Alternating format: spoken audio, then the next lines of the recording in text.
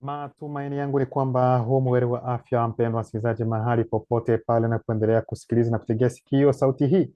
Hii ni sauti ya ndugu yako Imani Mchimbwa katika siri ya mambo yaliyofichika, na kwa ruhusa yake Loba Tite naja tena mbele zenu wapendwa wasikilizaji, na kipindi na mada hii ambayo tayari mzaliwa pili ambaye ni Zulula San ameshitoa kwetu, nami kama kawaida naja kwenu katika lugha ya Kiswahili.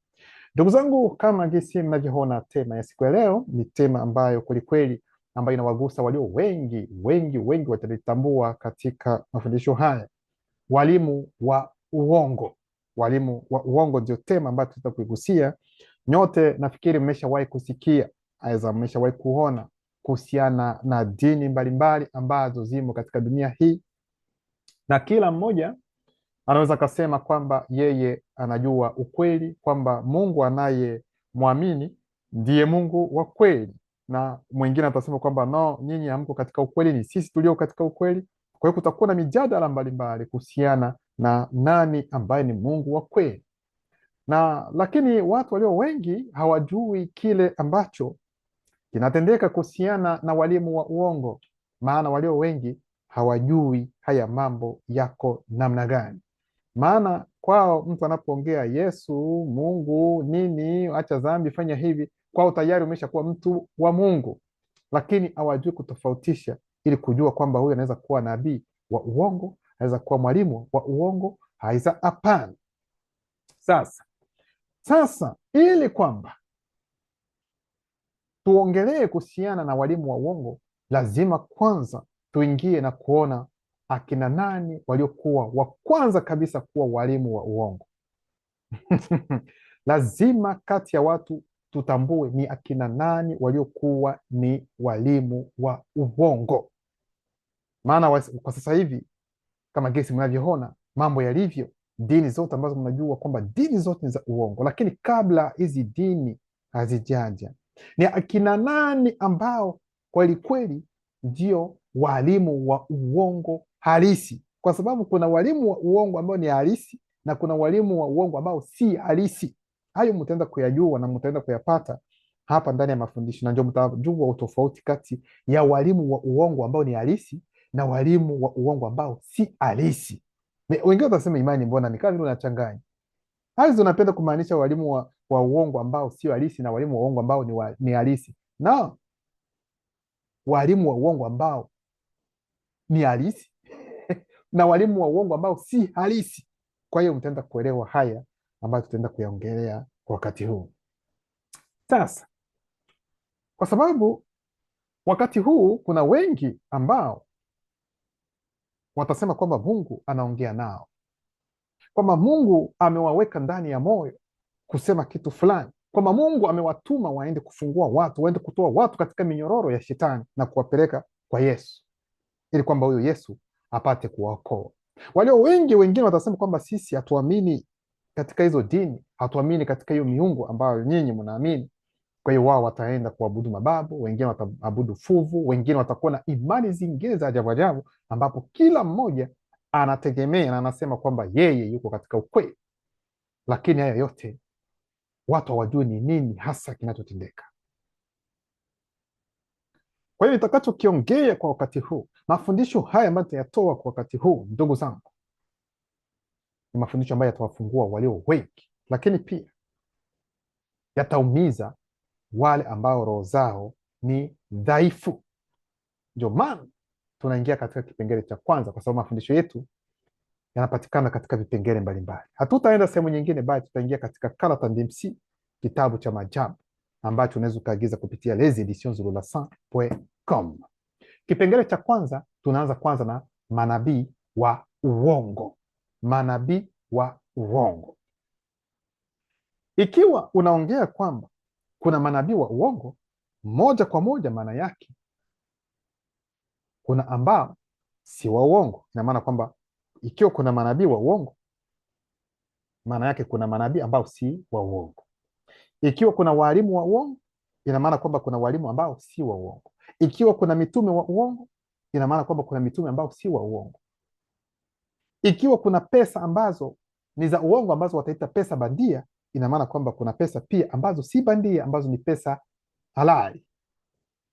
Hiki lazima watu mkielewe vizuri. kwa nini nachukulia haya mambo. Kwa hiyo kitu ambacho kinaitwa cha uongo ni kitu ambacho kinaiga kitu kingine ambacho si cha uongo. Yaani ili kwamba kitu kitu cha uongo, ina maana kwamba kuna kitu chake ambacho ni halisi. Sasa hicho cha uongo kitapenda kuiga kile ambacho ni halali, kile ambacho ni cha ukweli, kile ambacho ni halisi, ili kwamba kitu hiki kionekane kwamba hiki kitu ni cha uongo. Lakini inatokea wakati ambapo watu wanashindwa kufanya tofauti kati ya kitu ambacho ni cha uongo na kitu ambacho ni cha ukweli. Kwa sababu mfano, wanapopewa, kuna pesa halali na pesa bandia, kuna wengine hawawezi wakatambua kwamba hii pesa hii ni bandia, hii hii ni halali hii. Kwa hiyo ili kwamba mtu apate kujua kweli kweli kwamba hii ni pesa bandia, aidha hii ni pesa ambayo ni halali, lazima huyu mtu anatakiwa kuingia katika uanzishwaji, yaani afunzwe, aonyeshwe alama kadhaa ambazo zinaweza zikaonyesha kwamba ukiona pesa hii, hapa kuna hili, hapa kuna lile, hapa kuna hivi, hapa kuna lile, tambua kwamba hii ni pesa ambayo ni bandia. Kwa hiyo ndivyo ilivyo hata kwa walimu wa uongo. Utatambua mwalimu wa uongo namna gani? Hauwezi ukatambua mwalimu wa uongo ikiwa haujapewa alama za namna gani unaweza ukafanya ili kumtambua mwalimu ambaye ni wa uongo, aidha kumtambua nabii wa uongo. Na hapo ndipo kuna matatizo ya walio wengi. Sasa tatizo linatokea kwamba hata wakati unapowaambia watu, kuwaonyesha kwamba ili kupata kujua kumtambua nabii aidha mwalimu wa uongo, unatakiwa kutazama kwa hiki, unatakiwa kutazama kwa hiki, unatakiwa kusikiliza hiki, ndipo utagundua kwelikweli kama huyu ni wa uongo, ndio haiza hapana. Kwa hiyo kitu cha uongo kiko pale katika lengo la kwenda kuiga kile ambacho ni sahihi, ambacho si cha uongo, kinaiga. Lakini lengo ni nini? Lengo ni kwamba kinaiga ili kwenda kuwadanganya, aweza kuwadanganya wengine na kuwapotosha walio wengi katika hali inaonekana. Na zaidi sana tunapoongelea kuhusiana na walimu wa uongo, ambapo ni manabii wa uongo, wako pale katika lengo la kuwafanya watu waamini kwamba wao ni wa ukweli, na katika kuamini huko walio wengi wanatumbukia katika mitego yao, na hivyo wanashindwa hata kujifafanua, wanashindwa hata kuondoka hapo ambapo wamedumbukia. Sasa nafikiri mmeshawahi kusikia watu wanasema kwamba wanaamini manabii wao, mimi namwamini fulani, huyu ndio prophet wangu, huyu ndio sijui mchungaji wangu, huyu ndio sijui bishop wangu, huyu ndio mtume wangu. Walio wengi wanataja hivyo, na wengine watajiita majina mengine, ambao wengine watasema mimi ni jenerali wa majenerali tuseme, wengine wataita nani bishop as askofu, lakini kila mmoja atakuja atasema kwamba alipewa jukumu, mamlaka na Mungu ili kwamba kuwaleta watu kwa huyu watakaita Yesu Yehoshua Hamashia. Ila walio wengi hawapati muda wa kutafakari, walio wengi hawapati muda wa kwenda kuchunguza na kutumia mantiki, kwa sababu mambo kama hayo ni mambo ambayo ni nyeti sana, ni mambo ambayo unatakiwa kutumia zaidi sana mantiki ili upate kuondokana na huu mtego ambao upo. Kwa hiyo ndio maana kabla ya kuongelea walimu wa uongo, lazima twende kwenye chimbuko lenyewe. Ni akina nani waliokuwa walimu wa kwanza kabisa ambao ni wa uongo? Hicho ndio kitu ambacho lazima watu wapate kutambua, sio kwa wakati huu kila mmoja amesimama anasema yeye ametumwa. Ndio maana kitabu cha Dale ndio yeye ambao watabadilisha historia yake, watamuita kwa jina la Petro. Katika sura yake ya kwanza sura ya 125 anaanza kusema hivi: kumekuwa na manabii wa uongo miongoni mwa taifa. Halafu kuna mkato, ndipo tunaingia katika mkato mwenyewe, twende kufafanua kile ambacho anachokiongea. Dale anaposema kwamba kumekuwa na manabii wa uongo miongoni mwa taifa, anaposema taifa hapa, yeye anamaanisha ni taifa la watu weusi, kwa sababu yeye Dale ambaye wataita Petro naye pia alikuwa ni mweusi. Kwa hiyo anaanza kwanza kutuonyesha ni wapi ambapo manabii wa uongo walianza kwanza, kwa sababu anaposema kumekuwa ina maana kwamba ni katika kipindi fulani, katika wakati fulani, au manabii wa uongo waliingia, walikuwa miongoni mwa taifa ambayo ni watu weusi. Kwa hiyo kabla ya kuongelea walimu wa uongo ambao mnawaona katika wakati huu wote wanaosimama, haijalishi sijui niseme kitu gani katika hizo dini, imani mbalimbali, mikusanyiko mbalimbali, kabla ya haya majina yote ambao watajiita kwa siku ya leo, au askofu, sijui mitume, sijui manabii, gisi wanavyoita wao, sio manabii zaidi, lakini walimu, mabishop, gisi wanavyojiita kwa wakati huu, kabla ya hayo majina yote ambao wanajipa, mwelewe kwamba kulikuwepo kwanza na manabii wa uongo miongoni mwa watu weusi. Kwa hiyo manabii walikuwepo wa uongo kabla ya hawa wote ambao watajiita walimu, maaskofu, sijui wengine watajiita mitume.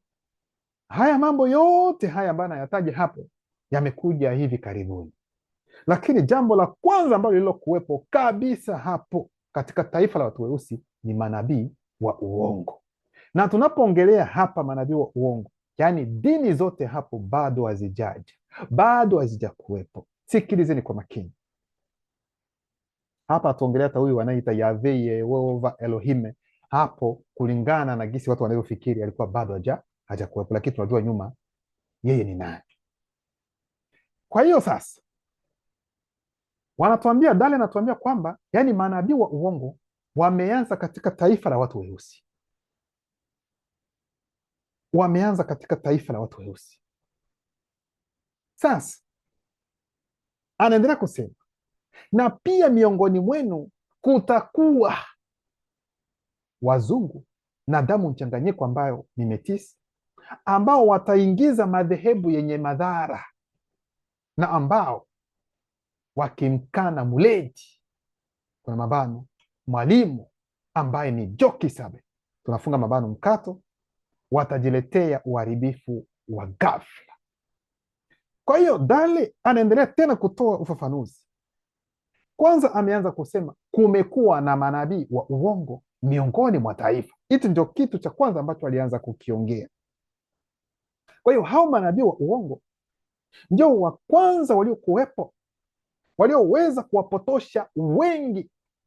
Lakini Dale akaendelea kusema kwamba na pia miongoni mwenu ambao ni watu weusi kutakuwa sasa ambao watajiingiza wazungu na damu mchanganyiko metisi, ambao pia wataingiza madhehebu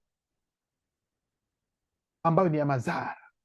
Hapo sasa, kwa sababu nyakati hizi ni nyakati mbili ambazo ziko tofauti.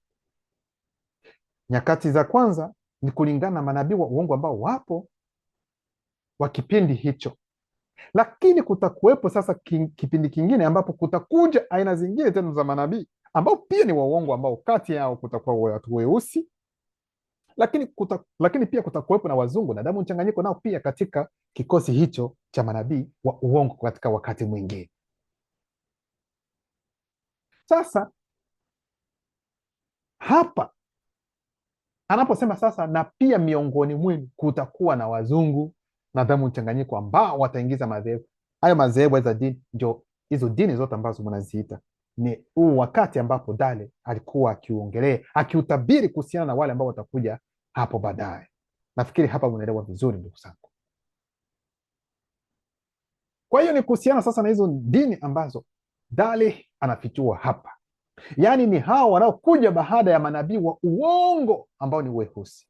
Kwa hiyo manabii wa kwanza kabisa wa uongo ni weusi wenyewe, ambao waliingia na kuanza kukataa, wakakana Jokisabe, wakamkataa Jokisabe, wakaingiza mafundisho, wakakubali, wakaendelea na mambo ya ufisadi ya kutangaza habari ambazo ni za uongo, kutoa unabii ambao ni wa uongo, kuongelea mambo ambayo si kulingana na ukweli, yaani wanaenda kinyume na ukweli. Lakini watafanya kopi kama vile gisi walivyofanya manabii wa ukweli, walivyokuwa wakifanya manabii wa ukweli. Wao watahiga kabisa ili wapate kufanana nao. Kwa hiyo taifa la watu wasioanzishwa haliwezi likafanya utofauti zaidi sana kutambua kwamba huyu kwelikweli ni nabii wa ukweli, aidha huyu ni nabii wa uongo, kwa sababu wao yani kama kuna namna ya kutembea ya manabii wa ukweli, yani hao manabii wa uongo nao pia watatembea kama gisi wanavyotembea. Ikiwa kuna mavazi kwelikweli ya manabii, wa ukweli, na ni kweli manabii wa zamani wa kweli kabisa walikuwa na aina yao ya mavazi. Yaani akivaa tu hilo vazi, hata kama uko wapi unatambua kwamba huyu ni nabii. Kwa hiyo nao pia watatengeneza mavazi kama hayo ili nao pia kujifanya kwamba wao ni manabii. Ikiwa watu watawaona kwa namna hiyo, kwa wale wasio na utambuzi watafikiri na watasema kwamba moja kwa moja kwamba hao pia ni manabii, kumbe ni manabii wa uongo. Ndio maana nikasema kwamba ili kitu kiwe cha uongo ni kwa sababu akienda, yani kuna wengine wanaweza fikiri kwamba ni cha ukweli kwa sababu hawajaanzishwa kutambua namna gani kitu hiki si cha ukweli, aza ni cha ukweli. Kwa hiyo ndugu zangu, hapo ndipo chanzo kwanza cha mambo yote yanaanza. Kwa hiyo akasema kumekuwa na manabii wa uongo miongoni mwa taifa, na pia miongoni mwenu kutakuwa ni kipindi kitakachokuja sasa, ambapo wazungu wataingiza dini mbalimbali, wa damu mchanganyiko wataingiza dini zao, ambao wataingiza madhehebu, wataingiza dini, imani ambazo hazikuwepo awali, kwa sababu tunajua kwamba maisha ya kiroho ni moja tu ambayo inatokana na mtu mweusi, na sio haya mambo ambayo wanakuja kuwafundisha watu wengine. Hilo ndio jambo ambalo mnatakiwa kulielewa ndugu zangu. Kwa hiyo kama nilivyosema, yani kabla ya wamisionari kuja na hizo takataka zao za Biblia na dini zao za ajabu ajabu, ambazo katika hilo walimuweka mtu mweusi katika utumwa, kabla wajakuja, kabla wajaingia katika bara letu kipenzi ambalo wataita Afrika, ambayo ni wasi, Dali ameshasema kwamba miongoni mwa watu weusi kulikuwepo na manabii wa uongo. Yaani kulikuwepo manabii wa uongo kabla wazungu hawajaja na hizo dini. Sikilizeni, miongoni mwa watu weusi, kwa sababu walio wengi katika wakati huu tunapoongelea kwamba hizo dini ni za wazungu ni mbaya wameingiza, ni kweli wameingiza, lakini tambueni kwamba kabla hawa wazungu hawajaja na hizo dini zao kulikuwepo tayari watu weusi ambao walikuwa tayari wamesha hasi, ni manabii wa uongo. Yaani kwa hiyo chimbuko la manabii wa uongo limeanza katika watu weusi wenyewe, katika taifa la watu weusi. Hapo ndipo kumeanza kwanza zana hiyo ya manabii wa uongo. Sasa ni baadaye sasa ambapo sasa rangi zingine zitajiingiza. Sasa hizo rangi zitajiingiza namna gani? Zitafanya namna gani ili kwamba zipate kuwa sasa nao pia manabii wa uongo? Tutafika hapo baadaye. Kwa hiyo miongoni mwa watu weusi kulikuwepo na manabii wa uongo ambao watamkataa Jokisabe, hawatakubali mafundisho ya Jokisabe, watapinga kabisa mafundisho ya Jokisabe. Yaani ni katika watu weusi mambo yalianza kubadilika, ni watu weusi wenyewe, na ndio maana ni watu weusi tena ndio waliokuwa wa kwanza kubadilisha jina la Kristo wa kweli ambaye aliitwa Jokisabe, wakabadilisha wakamwita kwa namna nyingine. Sikilizeni kwa makini. Ndio maana kitabu cha Belonge ambaye wataita kwa jina la Yoshua, sura yake ya 8 mstari wa 1 hadi 2, anasema hivi: wakati huo mimi Belonge nilitumia mamlaka kupitia neno la ukombozi juu ya wachawi wa kiume na wa kike pamoja na manabii wa uongo wa Wase Mutunga, yani Afrika ya Kati. Kwa hiyo anaposema hapa, kwa sababu katika sehemu mbalimbali za Wase ambao wataita Afrika kulikuwepo na manabii wa uongo ambao wamejaa katika kona za Wasi. Wakati huo huo hao wanaojiita kwamba ni wachungaji walikuwa bado hawajakuwepo, maana ni mambo yaliyofika sasa hivi karibuni, mambo ya wachungaji, mimi ni mchungaji, mimi ni mtume, ni mambo ambayo yamefika kwa wakati huu. Lakini hapo zamani, yani ishu ya wachungaji wa uongo, hata sijui mitume, ilikuwa bado haijakuwepo. Hapa tunaongelea kipindi cha Belonge ambao wataita Yoshua. Alafu anaendelea kusema kwamba habari za ushindi wangu na zile za walioanzishwa juu ya wachawi wa kiume na wa kike na juu ya manabii wa uongo wa Wase Mutunga ambao wataita Afrika ya Kati ziliwafikia wafalme wa maeneo yote ya Wase Jedu, yani Afrika Mashariki, Wase Mbenge, Afrika Magharibi, Wase Epasi Mikondo, yani Afrika ya Kusini, na Wase Pongo, Afrika ya Kaskazini. Katika kipindi hicho Afrika ya Kaskazini walikuwa ni weusi tu ndio walikuwa wametawala, ambao walikuwepo, rangi zingine zilikuwa hazipo. Kwa wakati huu mnaona utofauti, lakini kipindi hiki ambacho tunasoma hapa ni weusi tu ambao waliokuwa katika hayo maeneo. Kwa hiyo katika kipindi hicho tayari tunaonyeshwa kwamba kulikuwepo tayari miongoni mwa watu weusi manabii wa uongo ambao waliendelea kufanya mambo yao ambayo hayako kulingana na ukweli.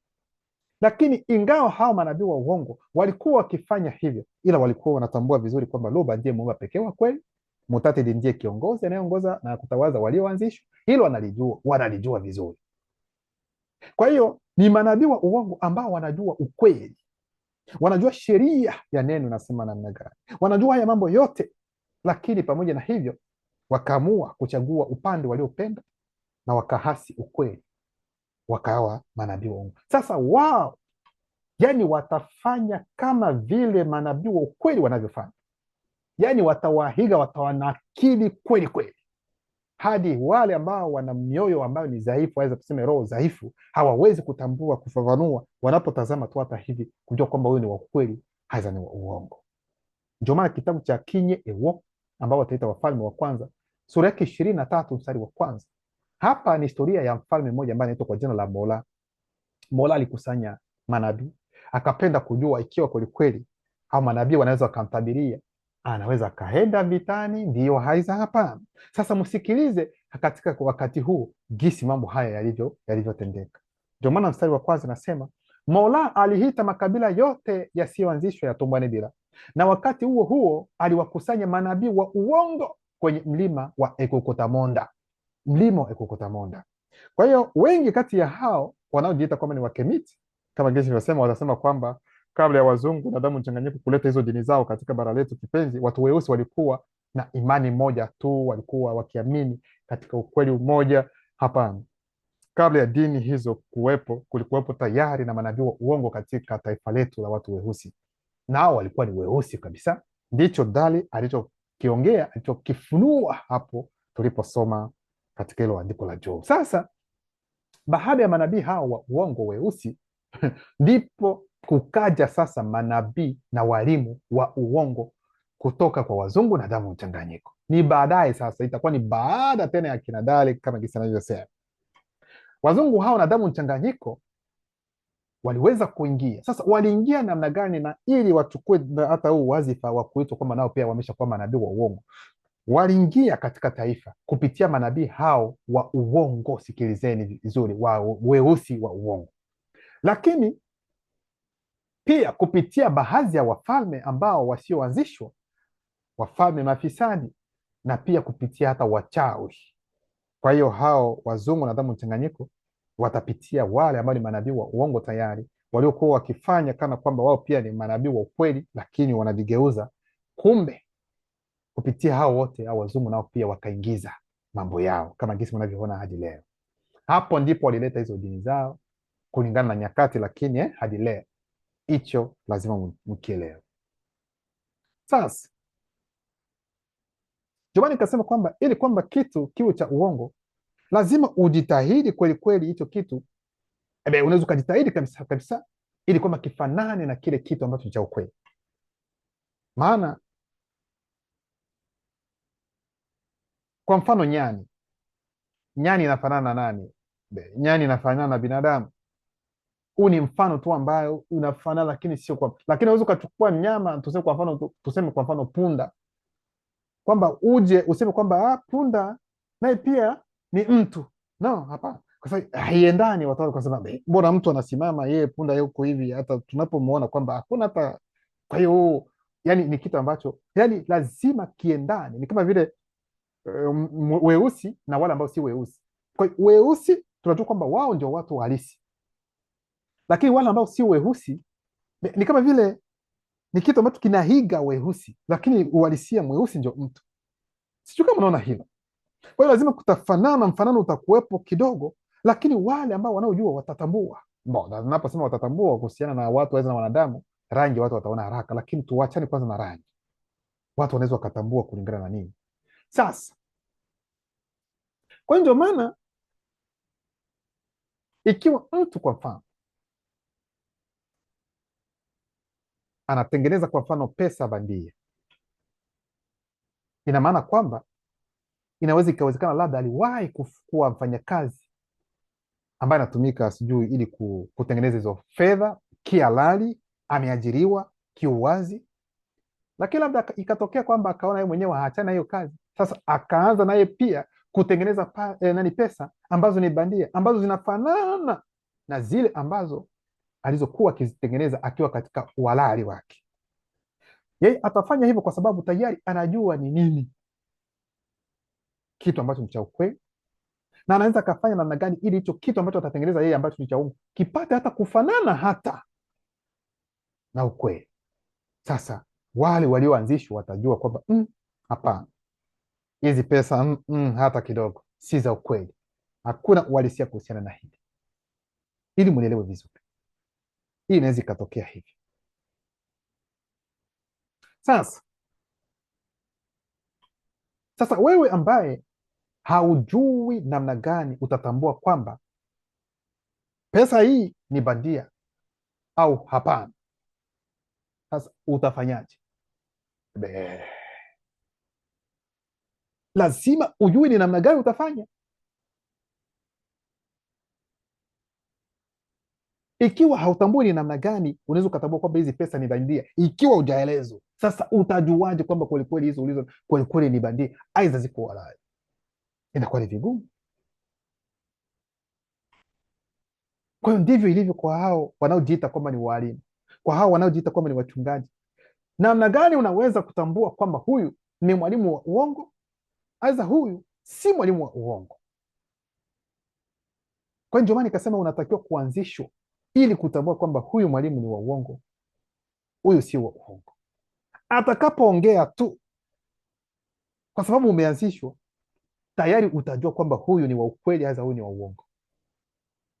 Inaweza ikatokea kulingana na unabii ambao yeye mwenyewe anaweza katoa, kwamba sijui Mungu amempatia unabii, anaweza katoa unabii ambao hautimii hata kidogo. Hapo unaweza ukatambua kwamba huyu pia ni mwongo. Sasa hao manabii wa uongo weusi, wao walikuwa na uwezo wa kunakili yale manabii wa ukweli walikuwa wanafanya. Sijui kama unaelewa hili. Yaani wao walikuwa wanafanya, yaani ikiwa kuna namna hata ya kutembea ya manabii wa ukweli, nao pia walikuwa wanaiga kutembea hivyo hivyo, ili kwamba watu wale ambao wasiojua, wasio katika uanzishwaji, wasipate kutambua kwelikweli ikiwa kwamba wao ni waongo aidha hapana. Ndio maana kitabu cha Kinyi Ewo, Wafalme wa Kwanza, sura yake ya 31 mstari wa 6 hadi 7 inasema, mfalme wa Tumbwanebila aliwakusanya manabii wa uongo, jumla yao ikiwa 400. Aliwauliza, je, niende Ewonda ya Embame kupigana vita vya kiroho au nijizuie asiende?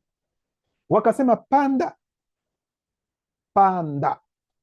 Mutatedi ataukabidhi mji mikononi mwa mfalme.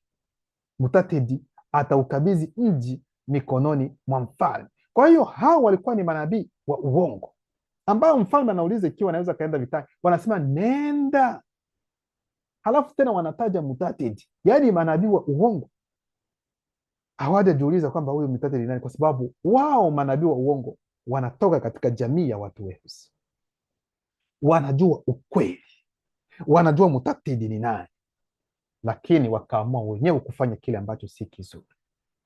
Sasa wanamwambia mfalme kwamba hey, Mutatedi atakuwa pamoja nawe, nenda katika hivyo vita vya kiroho, ikiwa na maana kwamba ataenda atashinda, kwa sababu wao ni miongoni mwa taifa la watu weusi. Ndio maana wanaongea mambo kama haya. Wanamfahamu vema Mutatedi, wanajua sheria, wanajua maagizo, wanajua amri, lakini walibadilika wakawa mafisadi, wanajua hilo. Sasa hao wanaojiita wachungaji wa leo, hao wanaojiita manabii wa leo, wao wanaojiita mitume, sijui mabishop kwa wakati huu, waulize kuhusiana na Mutatedi. Je, wanajua Mutatedi? Hawajui Mutatedi ni nini, aidha Mutatedi ni nani? Yaani haya mambo kwao hawajui. Kwa hiyo wakati ambapo hao manabii 400 walipotoa wote kabisa unabii kwamba mfalme anaweza kaenda hapo, huyu mfalme wa Tumbwanebila, kulikuwepo na mfalme mwingine ambaye alikuwepo hapo, aliwasikia pia hao manabii wa uongo wakiongea hivyo kwamba mfalme apate kwenda. Lakini ndio maana mstari wa 7 anasema, lakini Kokise alihisi ndani yake kwamba manabii hawa wote walikuwa wakidanganya, na akasema, kuna nukta mbili. Je, hakuna nabii mwingine wa lugha hapa ambaye kupitia yeye tunaweza kuomba shauri? Alama ya kuuliza. Kwa hiyo kwa sababu huyu mfalme mwingine ambaye ni Kokise alikuwa na roho wa utambuzi, akatambua kwamba no, haya maneno ambayo hao manabii wanaosema kwamba wanatabiri, sioni uhalisia, sioni ukweli katika haya maneno yao. Naona kwamba hawa jamaa wanadanganya, nahisi hivyo kwamba wanadanganya. Kwa hiyo je, hakuna nabii mwingine ambao ni N kubwa wa lugha ambaye yeye anaweza akatuambia ukweli na sio huu uongo ambao wanakuja kudanganya hapa mbele? Kwa hiyo manabii wa uongo walikuwepo tangu hapa hivi tunaongelea hapa dini, hata kufikiria kwamba zitakuja hakuna hiyo taarifa. Ndio maana katika kitabu cha Jongele, wataita Jongele kwa jina la Zekaria. Jongele maana yake ni kujikumbusha, yaani kwa kitu ambacho ulikuwa umesahau, yani unakumbuka. Kwa hiyo Jongele sura yake 13 mstari wa 2 atatoa unabii, anasema hivi: katika siku hiyo Mudima Bekokisedi ataangamiza kiroho majina ya sanamu, kuna mabano, sanamu zinazowakilisha aina tofauti za demon, tunafunga mabano, kutoka katika eneo hilo, ili yasikumbukwe hayo majina. Kisha pia ataondoa katika eneo hilo manabii wa uongo na roho ya unajisi. Kwa hiyo mnaelewa hapa kwamba katika Afrika wase kulikuwepo na aina mbalimbali za masanamu ambazo watu walikuwa wakiabudu kweupe, sio wote, wale taifa la wasioanzishwa, madhabahu kwa ajili ya miungu ya uongo. Sasa Jongele anatoa unabii kwamba Mudima Bekokisedi ataondoa kiroho hayo majina yote ya hizo sanamu ambazo watu weusi wasioanzishwa walikuwa wakifanya nini? Wakiwa wakiabudu kweupe. Na ndio maana kwa wakati huu wengi wakati huu hawawezi wakajua majina ya sanamu ambazo weusi walikuwa wakiziabudu hapo zamani, kwa sababu yaliondolewa na Jongele. Alitoa huu unabii kwamba nani? Mudima Bekokisedi ndiye aliyetoa hai.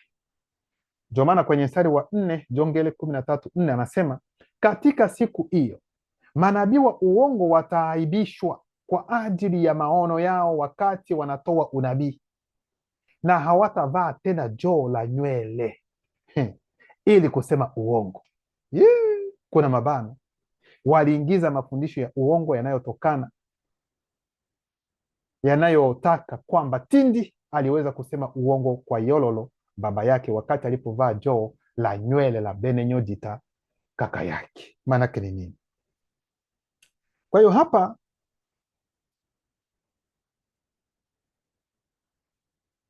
huu unabii ambao Jongele anautoa,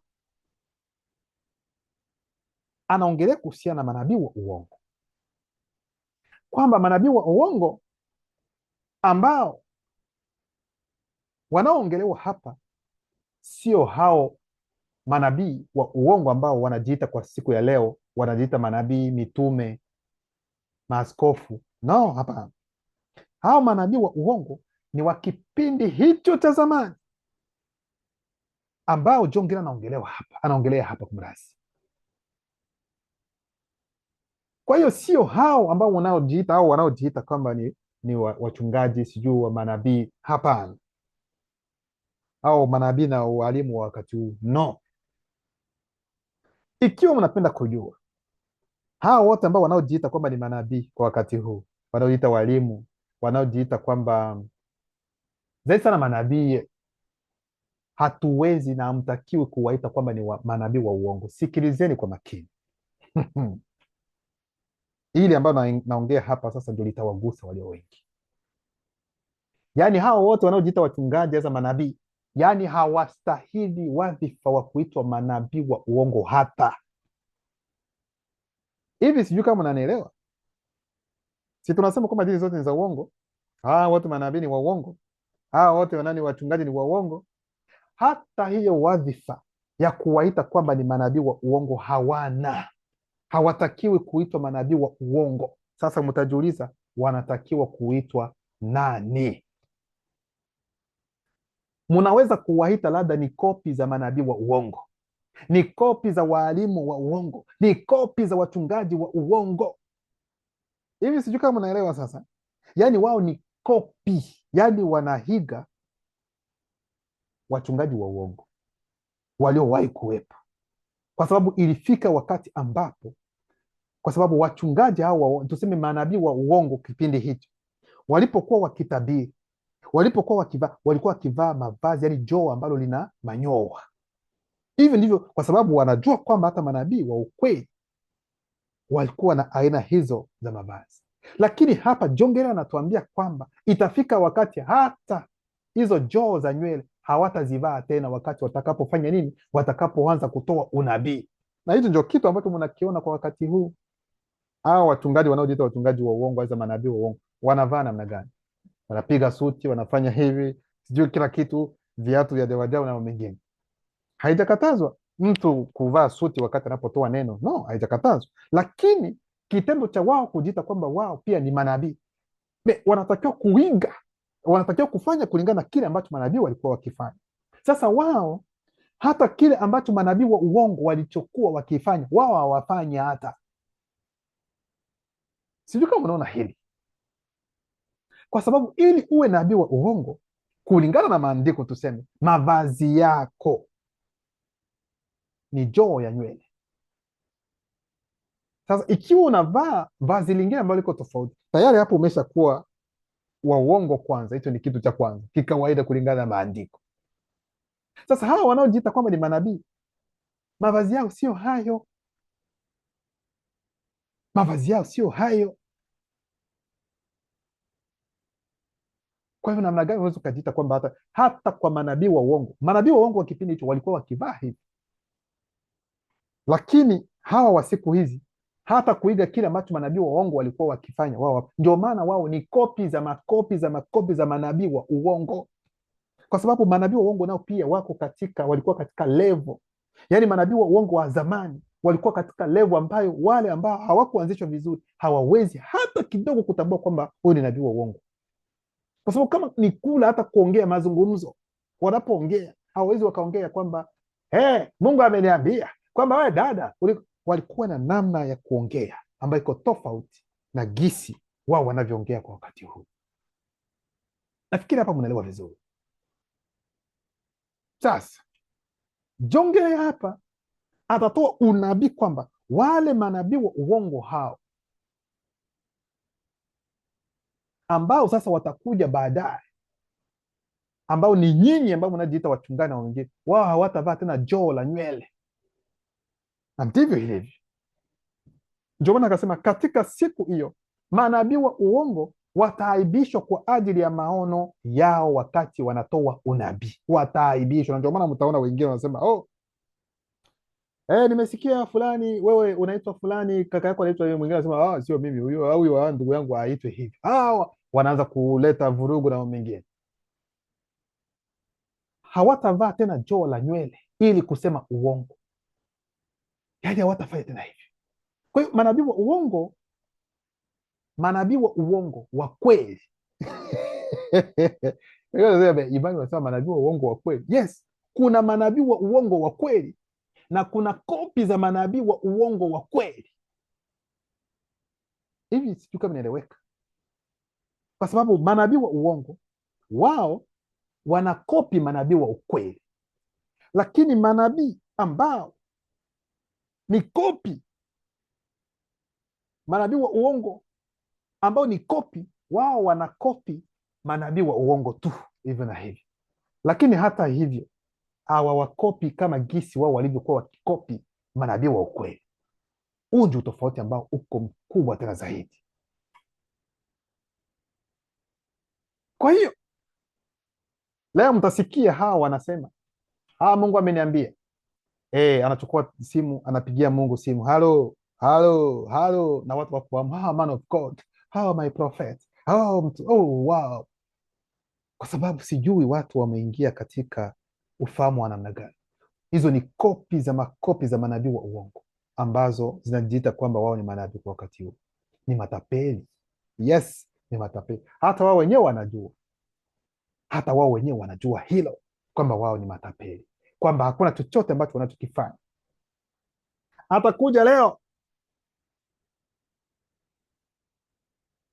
ataongea kile ambacho yeye anajihisi tu, lakini katika uhalisia mnaona kwamba haifanani hata kidogo. Ndio maana kitabu cha Mene ambayo utaita Malaki sura ya 3 mstari wa 4 hadi 6 nasema hivi ndivyo Mutatedi asemavyo kuhusu manabii wa uongo wanaowapotosha wasioanzishwa wa taifa. Maana yake kusingelikuwa na manabii wa uongo katika miongoni mwa watu weusi, ndugu zangu, hata hizo dini siku za leo zisingeliingia hata katika bara letu la Afrika, kama hakuna dini yoyote. Maana ni watu weusi ndio waliofungua mlango, na huu mlango ndio uliosababisha hao wengine walete, kwa sababu kati miongoni mwa watu weusi waliasi ukweli, wakaenda kinyume cha ukweli. Sasa kupitia hao weusi ambao waliohasi ukweli, ndipo rangi zingine zitakuja kupitia wao kuingiza kile ambacho nao pia wanapenda kukiingiza. Sijui kama unaona hilo. Kwa hiyo kusingeli kuwepo na manabii wa uongo katika aidha miongoni mwa watu weusi, hata hizo dini ingekuwa ni hadisi, zisingelionekana hata siku moja.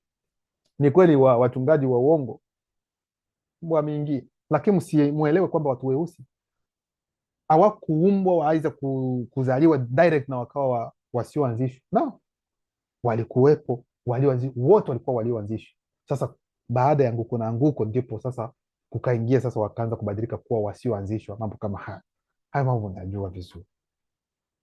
Kwa sababu hii mtakuwa na usiku, kuna mabano, kufunga macho ya roho na hakuna maono tena. Maana yake ni nini? Kwa nini hili neno kwamba mtakuwa na usiku, ambayo inamaanisha kufunga macho ya roho?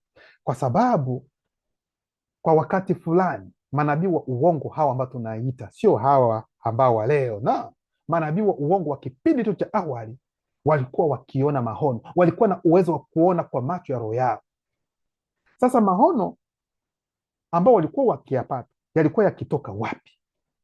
Maono waliokuwa wakiyapata yalikuwa yanatokana na ulimwengu wa kichawi, yaani ni demons ambazo zilikuwa zikiwaonyesha maono ambayo ni ya uongo. Wanaweza wakaona hilo, wao walikuwa na uwezo macho yao kuona kabisa hayo mambo. Sikilizeni kwa makini. Sasa kati ya hao wanaojiita kwamba ni wachungaji, wanajiita kwamba ni waprofet, wanajiita kwamba wao ni mabishop, waulizi hao wote wanaojiita kwamba ni walimu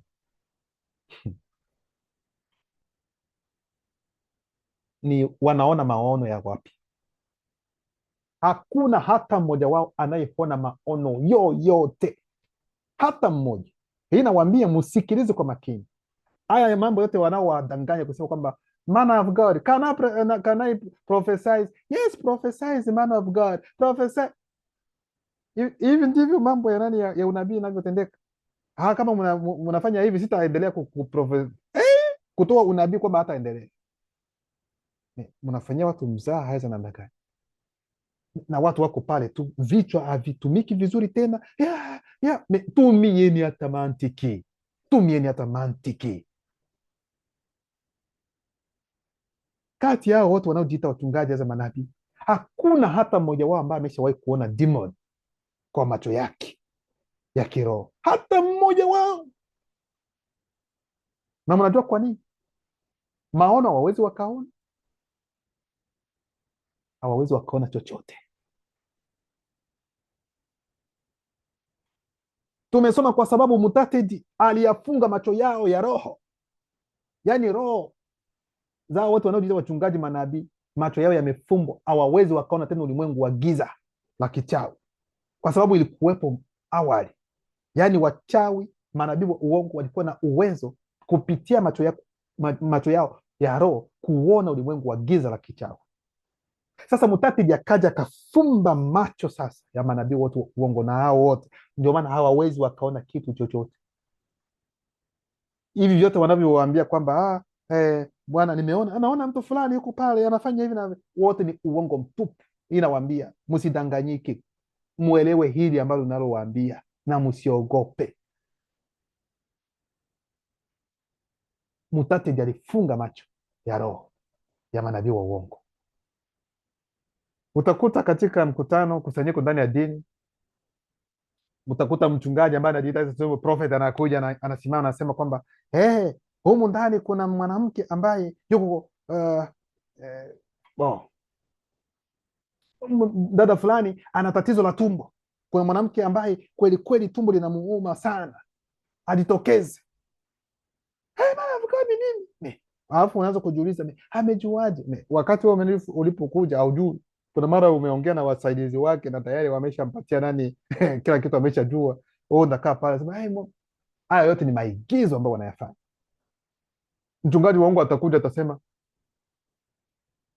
kuna mwanamke ambaye yuko katika wakati wake, katika siku zake. Hata kama sehemu ambapo kuna zaidi ya 100 hata 200 300 ya wanawake, kweli kweli utakosa hata mmoja ambaye yuko katika wakati wake, na kukijitokeza wawili, yeye mwenyewe atachagua sasa. Hapana, wewe yule. Sasa umesema mwanamke mmoja. Sasa kama walikuwa wawili, sasa kwa nini awe mmoja? Kwa hiyo huyu Mungu aweze akawaambia kwamba walikuwa wawili, lakini kati ya hao wawili kuna mmoja. Mwingine atatoa unabii kwamba kama profesa, yes, ulikuwa na babu yako alifariki. Huu ndio unabii. Tumetuachie. Alikuwa anaitwa hatu fulani hivi, alikuwa anaishi hivi, alikuwa anakaa huku. Huu ndio unabii.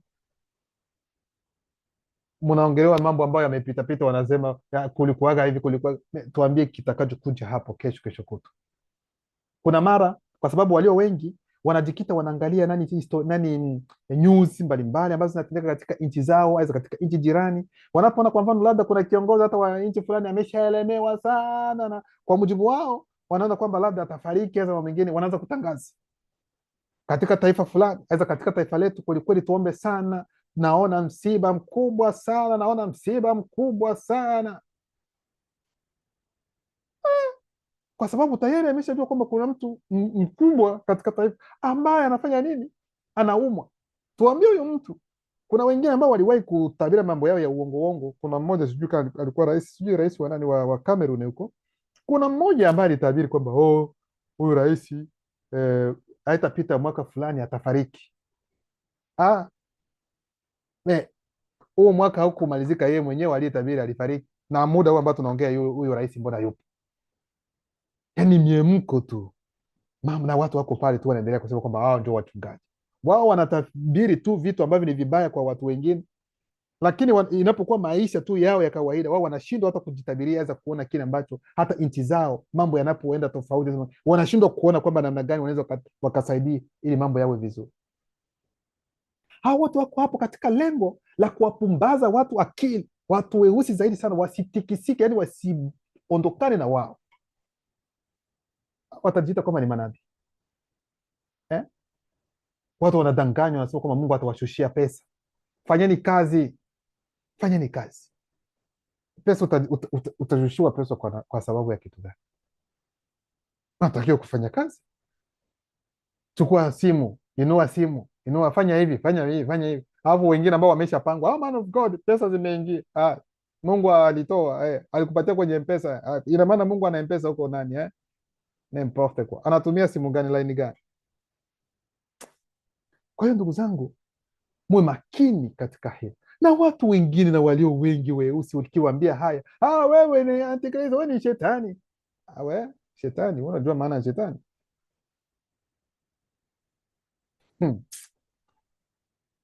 Kwa hiyo hakuna hata mmoja ambaye anaona chochote. Wakiwaambia kwamba nimeona fulani, naona maono, Mungu amenipeleka huko, uongo mtupu. Hakuna hata mmoja aliye na uwezo wa kuona kupitia macho ya roho yake chochote. Hata ulimwengu wa giza la kichawi hawawezi wakaona. Hata kuona demon hivi katika macho yao, hilo haliwezekani, kwa sababu macho yamefumbwa ya roho zao, haiwezi kaona chochote. Inawaambia, na wanalijua hili. Mtajua sasa ni nini kinachobaki kwao. Msikilize hapo kwa makini. Anaendelea kusema, mtakuwa na giza, kuna mabano, kufunga mlango unaoongoza kwenye maono. Yaani mlango umefungwa, uwezi. Hata maono ya uongo ambao walikuwa wanaona hawawezi wakayaona, na sio wao wa kipindi kile. Ndio nasema manabii wa kipindi kile. Na hakuna unabii tena, mchana utakuwa giza kwao. Waonaji, kwa sababu manabii hapo mbele waliitwa waonaji. Waonaji watachanganyikiwa. Hao wanaojiita kwamba ni wanaona, hao ni manabii wa uongo ambao walikuwa wakiona kwa macho ya roho yao. Kuna mabano kwa kutambua kufungwa kwa macho ya roho yao. Sasa watachanganyikiwa baada ya kuona kwamba hey, macho ya roho yao imefungwa, aidha yamefungwa. Waaguzi wataaibika, kuna mabano, kutoweza tena kupenya mlangoni, aidha mlango unaoelekea kwenye mawimbi ya maono. Wote watafunika ndevu wote watafunika ndevu zao, kwa maana mutatiti hata jibu. Maana yake ni nini? Yaani manabii wa uongo wa kipindi hicho wanaambia kwamba watafunika ndevu zao. Manabii wa uongo watafunika. Cha kushangaza siku ya leo, kuna wale ambao watajiita kwamba ni manabii, lakini hata ndevu moja huku hawana kwa sababu kwa ndevu ilikuwa pia ishara ya kutambua kwamba huyu ni nabii. Amemwelewa hilo. Lakini wakati huu mtu anasimama, mimi ni nabii, niko prophet, hata ndevu hana. Hilo halikuwa hivyo. Lakini haijamaanisha kwamba kwa sababu wewe una ndevu maana inamaanisha kwamba wewe ni nabii wa ukweli. No. Tunasema kwa sababu hata hao manabii wa uongo wa zamani walikuwa wanaweka ndevu, kwa sababu wanajua kwamba manabii nao pia wa halisi walikuwa na ndevu, walikuwa na hiki. Ndio maana nyinyi yani sio manabii wa uongo, yani ninyi ni kopi za manabii wa uongo. Yani ni manabii wa uongo ambao wa daraja la chini sana. Hilo ndio jambo ambalo unatakiwa kuelewa, kwa sababu katika manabii wa uongo kuna daraja la juu, lakini nyinyi mko kwenye daraja la chini sana la manabii wa uongo. Yani hamwezi mkaitwa manabii, yani ni kopi za makopi za makopi za nabii wa uongo. Nyinyi wenzenu kipindi hicho walikuwa na uwezo wa kuona kwa macho ya roho yao, kuona ulimwengu wa giza la kichawi, wanaonyeshwa maono na demons, wanaona demons, walikuwa lakini macho yao yakafumba pyu. Sasa kadiri muda unavyoenda, kadiri hiki kinatoka, kadiri hiki, na hakuna chochote. Kwa hiyo wote wanaosema kama natoka nje ya mwili wangu naenda kufanya hivi, wote ni waongo wote. Ili muelewe hivi.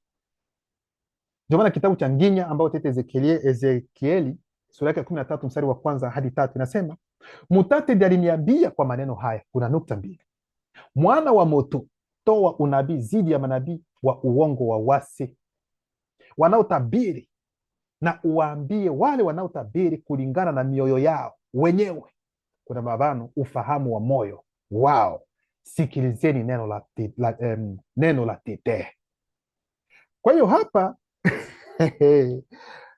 nasoma tena kwanza hapa, mwana wa moto, toa unabii zidi ya manabii wa uongo wa wasi wanaotabiri, na uwaambie wale wanaotabiri kulingana na mioyo yao wenyewe. Kuna mabano, ufahamu wa moyo wao. Yaani mnaona sasa katika manabii wa uongo, ndio maana nikasema kuna daraja mbalimbali, kuna mawimbi mbalimbali. Kuna wale waliokuwa wakifanya miujiza kupitia usaidizi wa demon za kidini, walikuwa wakifanya katika kipindi hicho cha manabii wa uongo kabisa, lakini sio kama hizi kopi ambazo mko nazo kwa nyakati hizi. Hayo wanaoyafanya ni kitu kingine, ni maigizo tu. Wanaweza wakaongea hivi, watu wanaanguka kule popo. Wengine wanafanya hivi kama vile anapiga goli, anapiga mpira pup, watu wanaanguka kule popo. Hata wajinga wanaanguka, wajinga ambao tayari wamesha panga mambo yao kwa maana of God. Inamaanisha kitu gani? Kwa hiyo kadiri muda unavyokuwa ukienda, manabii wa uongo pia walikuwa wanaondolewa uwezo wao ule waliokuwa nao. Ndio maana hadi wanafika wakati huu ambazo ni kopi. Wote wanaoita mimi ni prophet, ni kopi ya makopi ya yani wa nabii wa uongo. Watu wanaoita mimi ni mchungaji, ni kopi za makopi za wachungaji wa uongo. Hivyo ndivyo mnavyotakiwa kuelewa, ndugu zangu. Ndio maana imeandikwa hapa, na uwaambie wale wanaotabiri kulingana na mioyo yao wenyewe, yaani ufahamu wa moyo. Kwa sababu manabii wa uongo kabisa halisi, manabii halisi wa uongo kabisa walikuwa wakiona mambo, walikuwa wakiona maono ya uongo kupitia macho ya roho yao. Sasa kwa sababu Mutatedi alifunga macho ya roho yao, hivyo hawawezi tena kuona tena maono hayo ya uongo waliokuwa wakiyaona. Hiyo ndio maana yake. Sasa kwa sababu Mutate tayari ameshafunga macho ya roho yao. Sasa kitakachobaki wao itakuwa ni nini? Yaani wataanza kufanya kitu, kuongea kitu ambacho kinatoka sasa kwenye mioyo yao. Hivi mnaelewa vizuri? Nasikia kama vile Mungu anasema hivi Mungu ameniweka moyoni. Hamjawahi kusikia hivi? Mungu ameniweka, yani inabaki sasa ndani ya moyo, kwa sababu macho hayawezi yakaona tena mambo hayo, kwa sababu mlango umefungwa. Ndio ataambia Mungu amesema, Mungu ameniambia. Amekuambia namna gani? Waulize huyu Mungu anapowaambia anawaambia namna gani? Je, wanamuona Mungu? Ndani ya Biblia kuna sehemu wanasema kwamba hauwezi ukaona Mungu na ukaishi, ingawa kuna sehemu zingine ambapo watu waliona Mungu. Je, wanasikia sauti ya Mungu? Wanasema ukisikia sauti ya Mungu utakufa. Sasa wakati unaposema kwamba Mungu ameniambia, huyo Mungu anawaambia namna gani? Hamjawahi kuwauliza hivi? Waulizeni, mnaposema Mungu amewaambia, anawaambia namna gani? Yaani ni kitu ambacho kinatoka kwenye mioyo tu, kile ambacho wanajihisi, kile ambacho anahisi kama hivi, anasema Mungu ameniambia, yaani inabaki tu hisia tu. Hivyo ndivyo ilivyo, kwa sababu ni kopi, ni makopi, ni nakala za manabii wa uongo halisi. Hivyo ndivyo Mutate asemaje, ole wao manabii wa uongo wapumbavu, wanaofuata roho zao wenyewe na wasione chochote kiroho. Unasikia? Ni kama vile historia ya huyu watakaita Samson. Samson alioa, alikuwa na Delila ndani ya Biblia za kisasa. Samson akatoa siri kwa Delila akamlaza, akamnyoa kichwa. Nyote unajua. Baadaye akaita kwamba Wafilisti wamekuja. Yeye Samson akifikiri kwamba tu bado ile nguvu ipo, akapenda kusimama ili kwamba labda afanye kama giza alivyokuwa akifanya, hakuweza. Kwa hiyo alibaki tu ni miemko ambayo ilikuwepo. Kwa hiyo hao wengine wanaoitwa wachungaji aweza tu manabii, wani wamebaki ni miemko ambayo ipo tu, hakuna uhalisia, ni miemko iliyobaki. Kwa hiyo ndicho kilichotokea kwa baadhi ya manabii wa uongo walipoondolewa uwezo wa kuona maono yao ya uongo kupitia macho ya roho yao. Hapo wakianza sasa kuongea kitu kulingana na maono kwa sababu bado ni kama vile ni pasi ambayo umeitoa kwenye umeme, haiwezi kazima moja kwa moja direct, itabaki ukigusa kuna moto, yani kadiri muda unavyoenda kadiri navyotitia. Sasa wao kama ni kama vile kuna kajoto kidogo, watafikiri kwamba labda bado yeye angali kwenye please kwenye ndivyo ilivyo manabii wa uongo. Kwa hiyo kadiri muda unavyoenda, nao pia level zao za manabii wa uongo zinapungua. Na ndivyo ilivyo hata kwa wachawi. Ndio tuliwahi kuambia zamani, kulikuwa wachawi kweli kweli, yani akisema atatoka nje ya mwili wake na akikwambia nitakuja kutembelea wewe ambaye uko katika ukweli, anakuja. Lakini hayo mambo hawawezi tena, kwa sababu hiyo njia pia, huu mlango ulifungwa. Na ndio maana kuna mchawi ambaye anaweza kawanga, anatoka huko usiku, sijui alikuwa sijui anapanda kwenye nini na nini mfagio, na haya mambo yote yapo, yalikuwepo zamani, ni kitambo, katika kipindi cha mitume wa Jokes Avenue. Haya mambo yote, mlango wote ukafungwa pap, hakuna yote ambaye anaweza kufanya mambo tena kama haya.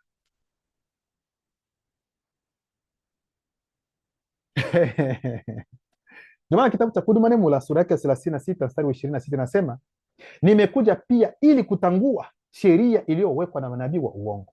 Ndani ya Biblia za kisasa watasema kwamba Yesu amesema sikuja kutengua sheria ya manabii. Uhalisia ni kwamba nimekuja pia ili kutangua sheria iliyowekwa na manabii wa uongo. Huyo ndio Jokes Avenue. Ndio maana kitabu cha Kudumu Nemula sura yake 36 mstari wa 87 hadi 88 inasema, jihadharini na manabii wa uongo, wanawajia kama kondoo, lakini ndani wamepagawa na mbo eyedi na mudima bobe, yaani demon, mbwa mwitu. Yes, mtawatambua kwa matunda yao, kuna mabano matendo. Yes. Sasa walio wengi sijui wanaangalia namna gani. Mnaambiwa kwamba wachungaji hao wa uongo, manabii wa uongo, mtawatambua. Na mtawatambua sio kwa kitu kingine, mtawatambua kwa matendo yao. Na matendo yote nyinyi ya hao mnaojiita kwamba, mnaowaita kwamba ni wachungaji, mnayajua kuanzia mwanzo hadi mwisho. Lakini hilo haliwafanyi kitu chochote ili kusema kwamba bado mnawekea mashaka sana namna gani. Mnaendelea kuamini. Wanatabiri mambo ambayo hayatokei. na nyote mko hapa. Kuna mmoja ambaye sijui alikuwa wa wapi, yule ambaye alitabiri, aliwaambia watu wake kwamba tarehe fulani kama tarehe ngapi, Mungu yani unyakuo utatendeka. Wakakusanyika watu kikosi hivi, wanapanda mlimani, wakaenda kabisa, wako chini ya miti hizo, wengine wako juu, wanaangalia angalia juu, wanasubiri sasa ili Mungu awanyakue na waondoke. Mchungaji akasema kwamba Mungu ameahirisha unyakuo, na hivi watu tena wakaendelea tu na hivi wanaamini tu kwamba hiyo Biblia haitasema kwamba kuhusiana siku za mwisho. Hata mwana yeye mwenyewe huyu Yesu hajui, malaika hawajui, walio duniani hawajui. Sasa wewe ambaye unajua, wewe unatoka wapi? Kwa hiyo kwa kweli watu wanakosa muda wa kutafakari mambo. Kwa hiyo mtawatambua kwa matunda yao. Je, wanachuma mahembe kutoka kwa mti wa papai? Kuna wengine ambao watasema kwamba msikilize kile ninachokiongea, lakini nyinyi msifuate, hata msijali na kile ambacho tunachokifanya. Ninaposema kwamba muache dhambi, hata mimi kama natenda dhambi, nyinyi msiangalie hilo. We ni mjinga kabisa. Je, unaweza ukachuma maembe kutoka kwenye mti wa papai? Hilo linawezekana kweli? Je, chemchemi ya maji masafi inaweza ikatoa maji machafu? Kikawaida hapana, kwa sababu inajulikana kwamba ni chemchemi ya maji ambayo yako masafi. Kwa hiyo namna gani katika chemchemi ya maji machafu, aidha tuseme maji ambayo ni machafu, unatarajia kwamba upate maji safi? Hilo haliwezekani. Kwa hiyo hao wote wanaojiita manabii wa uongo, aidha wanasema manabii, wote ni chemchemi ambazo ziko chafu. Sasa wewe unatarajia kwamba upokee maji kutoka kwao. Hayo maji utayapata kweli, lakini maji machafu. Maji masafi yako hapa hapa juu ya mebebe. Unasikia unasema yes, hii ni chemchemi ya maji ambayo yako safi, ambayo unakunywa, na unapokunywa hakika hauna kiu tena. Kiu kinatoka kabisa, unakuwa vizuri. Kudumu Neno sura yake 53 mstari wa 59 inasema, manabii wengi wa uongo, kuna mabano, chini ya ushawishi wa demoni za kidini za daraja la juu, watajiinua nao watawapotosha watu wengi. Ndio maana kipengele cha pili, maneno ya kupotosha, ndio kipengele cha pili. Kwa hiyo kipengele cha kwanza tulionyesha manabii wa uongo, na tukasema kwamba manabii wa uongo walitokea, wa kwanza kabisa walitoka katika taifa la watu weusi wenyewe. Na hao manabii wa uongo sio kama hawa wa siku hizi ambao wanajiita manabii na wengine, kwa sababu hawa hawawezi wakaitwa hata manabii wa uongo, kwa sababu haifanani nao. Ili kwamba uwe muongo lazima kwanza uwe na experience kidogo hata ya ukweli, lakini wao hawapo. Kwa sababu ili kuwa mtu ambaye ni uongo, yani nabii wa uongo, ina maana kwamba ukweli unaujua. Ili kwamba uwe uongo, sasa utafanya kitu ambacho kiko tofauti na kile ambacho tunajua. Wao ukweli hawaujui, wako katika uongo, kwa sababu yani wao yani ni kopi kabisa, nakala za manabii wa uongo. Wow. Kitabu cha Dale sura yake ya kwanza sura ya 126 hadi 127 inasema, wengi wa wasioanzishwa watawafuata katika uvunjifu wao, kwa mabano kashfa, machafuko, potovu, mangamizi, na njia ya ukweli itasingiziwa kwa sababu yao. Ndio hayo ambao mnawaona watu weusi wako pale katika hizo dini, wanaendelea kufanya mijadala ya ajabu ajabu, wengine wanauana kwa jina la dini, wakati wote wako katika uongo. Wanadanganywa, wengine wanachukiana, wanakuwa na uadui kati yao, kwa sababu huyu yuko katika dini hii, mwingine yuko huku, wengine hawaongei. Wengine wanasema kwamba wao Mungu wao ndio wa kweli, wengine hapana, wanabebana, wanapigana, wengine yani, wakati wote wako katika uongo. Yote wengi wa wasioanzishwa ambao ni weusi watawafuata katika uvunjivu wao. Ndio maana hizo dini ikiwa mnaziona kwamba zipo hadi wakati huu, ni kwa sababu ya mtu mweusi.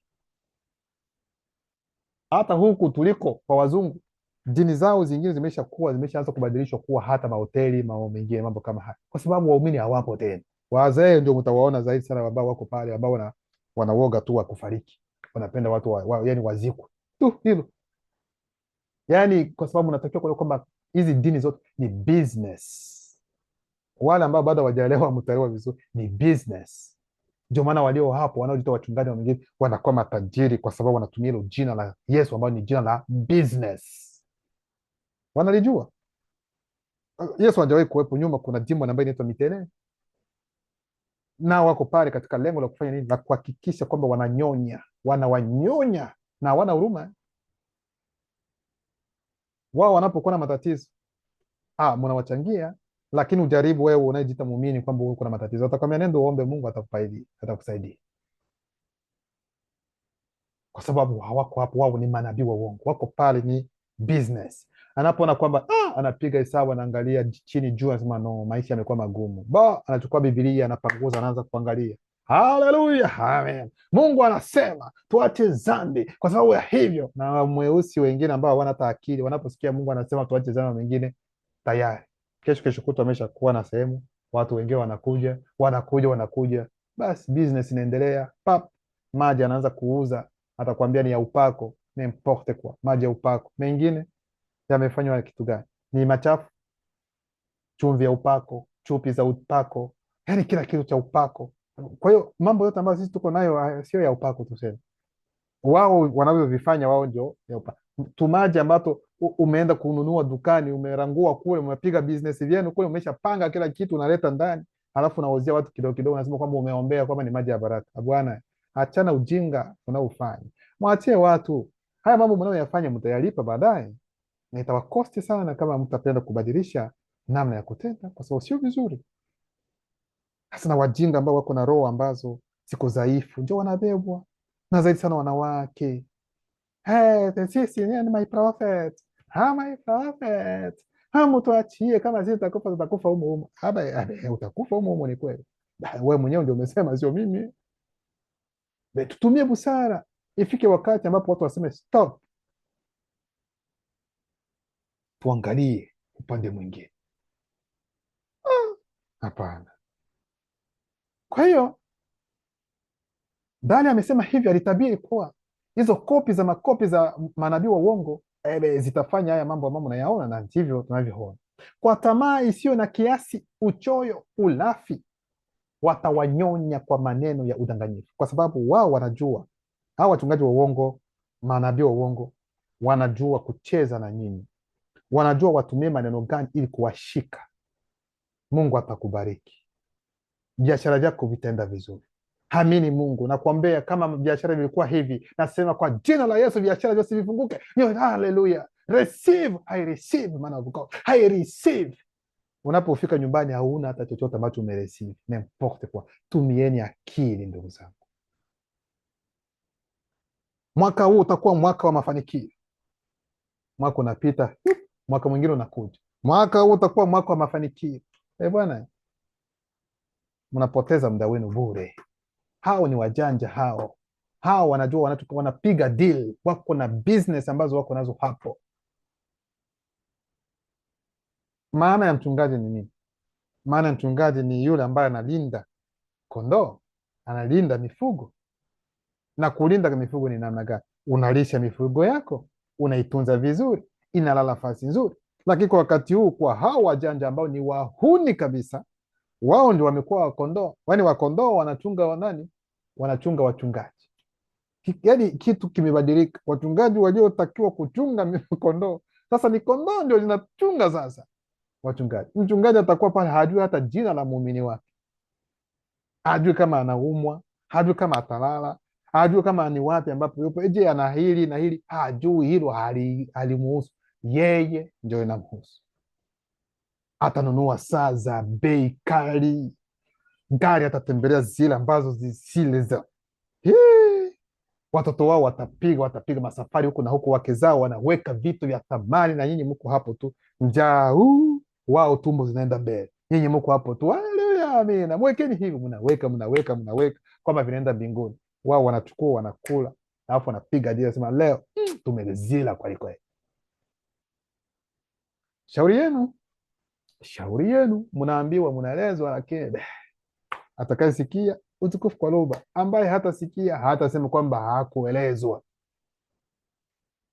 Watawatisha maneno ambao watasema, usipopokea Yesu kwamba kuwa Bwana Mwokozi wako, tambua kwamba siku utakapokufa utaenda kuungua. Haleluya, amen. Watu wanaogopa n'importe quoi. Yesu ni nani? Hajawahi kuwepo. Hajawahi kuwepo, na hata kujitetea, hata wajitetee namna gani, haitafanya kwamba kitu ambacho hakijawahi kuwepo kiwepo. Hilo halipo. Sote tulifikiri kwamba labda alikuwepo, tulikuwa katika ujinga, ujanja ambao tuliingizwa ndani, lakini kila kitu kina wakati wake. Na wakati mwingine stop, tumia busara bwana, tumia busara. Kuna alama nyingi ambazo tunaonyeshwa kuhusiana na hao, lakini walio wengi ni kama vile hawaoni na wanaona. Hakuna nabii yeyote ambaye ni wa kweli katika nyakati hizi zote isipokuwa mzaliwa wa pili. Hakuna mwalimu yeyote, mchungaji ambaye wote wataita maprofet wanani wa bishop. Hakuna bishop wala la mtume. Mimi naitwa mtume fulani. Wewe unajua maana ya mtume? Mtume watu wanajichokozea nyadhifa zingine ambazo hata wenyewe hawawezi wakazi hata kuweza kutetea hizo nyadhifa, hawawezi. Msiongee kwa sababu ya kuongea. Mimi ni mwanafunzi wa mzaliwa wa pili Zulula 100. Si mnaona? Mwanafunzi, kwa sababu mwalimu ni mmoja tu ambaye ni yeye Zulula 100. Sasa ikiwa mwalimu anakufunza, wakati mwingine yeye anaweza akakufanya sasa uwe mwalimu, yeye hayupo tena. Mfano huu ni mfano, lakini kama yeye yupo, ni yeye ndiye anayebaki mwalimu. Yeye ni mwalimu tu, hakuna mwalimu mwingine. Hivyo ndivyo ilivyo na sio tofauti.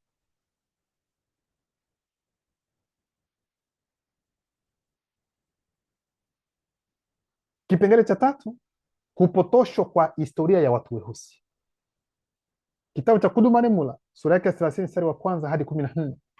Siku 3 baadaye, wakati wa usiku, wakuu wa wazungu na damu mchanganyiko metis kadhaa walipanga njama dhidi ya Jokisabe kwa maneno haya: kukabiliana na kiongozi mkuu wa namna hii aliyewekwa wakfu, maarifa yetu wenyewe ni ya udanganyifu tu, kwa maana maarifa kama hayo hayawezi na hayapaswi kuwa ndani ya uwezo wa mtu mweusi, ingawa yeye ni mkuu aliyewekwa wakfu. Kwa hiyo hapa ni njama ya namna gani watabadilisha historia ya mtu mweusi. Hii njama ya kubadilisha historia ya mtu mweusi haikuanza kwenye Concile de Nice, aidha wanasema mkutano wa Nice. No, hapana. Ilianza mapema. Walianza kupanga hizo njama na wakaweka kwamba watoto wao, uzao wao ndio watakuja kukamilisha hilo, ili kwamba mtu mweusi afikiri kwamba historia yote ambayo iko ndani ya Biblia kwamba sio kwa, ni kazi iliyochukua karne na makarne, ili kwamba wapate kuficha historia ya mtu mweusi ndani ya Biblia. Hadi muda huu mweusi ana ugumu ukimwambia kwamba hapana, wewe ndio taifa la asili, wewe ndio taifa teule la ule ambao yule ambao unaita Mungu ndio wewe.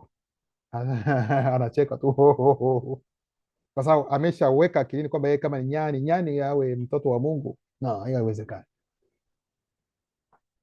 kwa sababu walifanya kazi kweli kweli, na hiyo kazi sasa wanaidhibiti namna gani ili kuendeleza hiyo kazi yao ya kubadilisha. Ndio maana wakaunda hiyo watakayoita teolojia. Teolojia, mnajua maana yake ni nini? Teo ni Mungu na loji, yani kama ni elimu, yani elimu ambayo unajifunza Mungu, ndio maana ya teolojia. Kwa hiyo wao wataweka hilo. Lengo ni nini? Lengo watawajaza hao wanaosoma teolojia na maandiko. Hayo maandiko yatakuwa pale katika lengo la kutetea business yao. Wale ambao watakuja kama sisi ambao tumepata ile neema ya kujua ukweli, tunapoleta andiko ndani ya Biblia kuonyesha kwamba bwana, hii sio vizuri, ni wao ndio watainuka, wao ndio watasimama, kwa sababu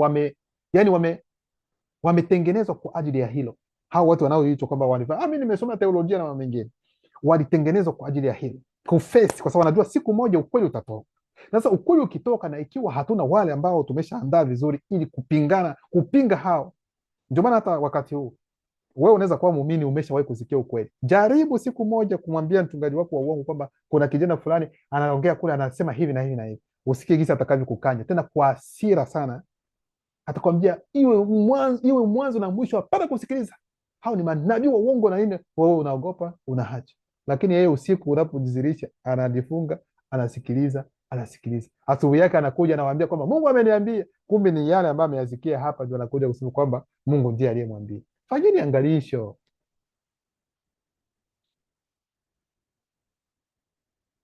Kwa maana maarifa hayo hayawezi na hayapaswi kuwa ndani ya uwezo wa mtu mweusi, ingawa yeye ni mkuu aliyewekwa wakfu.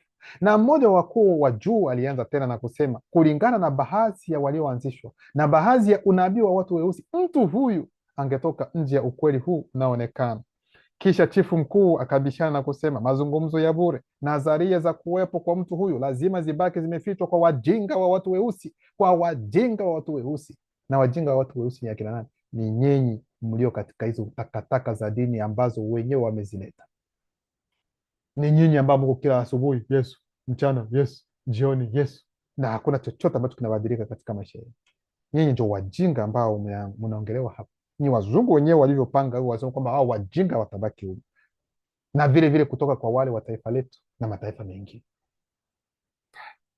Kwa ajili hiyo ni lazima tubadilishe maandishi na unabii wao kwa kubadilisha majina na rangi pamoja na maeneo, lugha, mahali pa kuzaliwa. Ndicho walichokifanya. Tukisema kwamba Kristo wa kweli aliitwa Jokisabi, weusi wote wanajua Jokisabi ndio nini tena? Muumba pekee wa kweli ni Luba. Luba sio? Tumeshaona Yehova Jire, Yehova Jire. Yani hii inaingia akilini. Yani ukimwambia kwamba Luba ndio muumba pekee wa kweli, anakuambia hilo hatujue. Ambalo inapendeza ni Yehova, Yahweh, Elohim, Eshadai.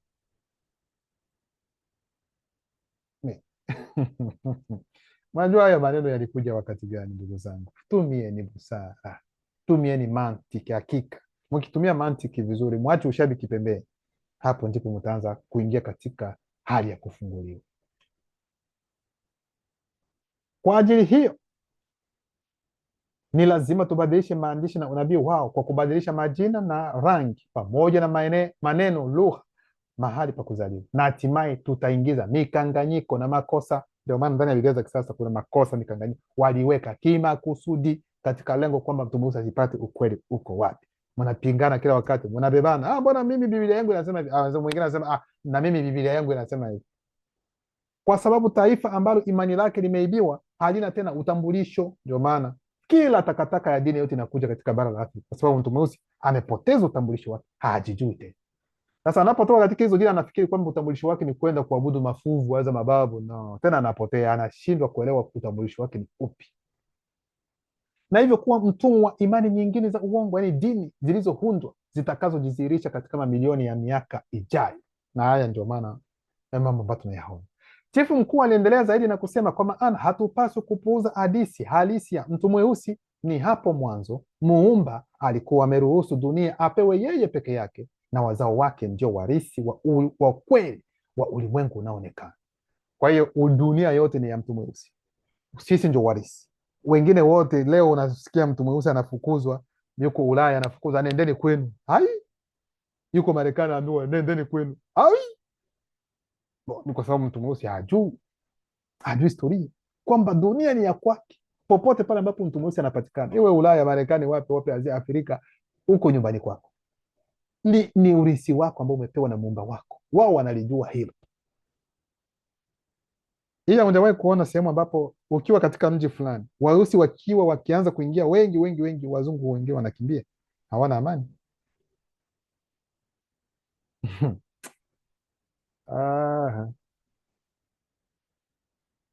Na katika roho zao, nafsi na miili inakaa kanuni moja ya neno la lugha.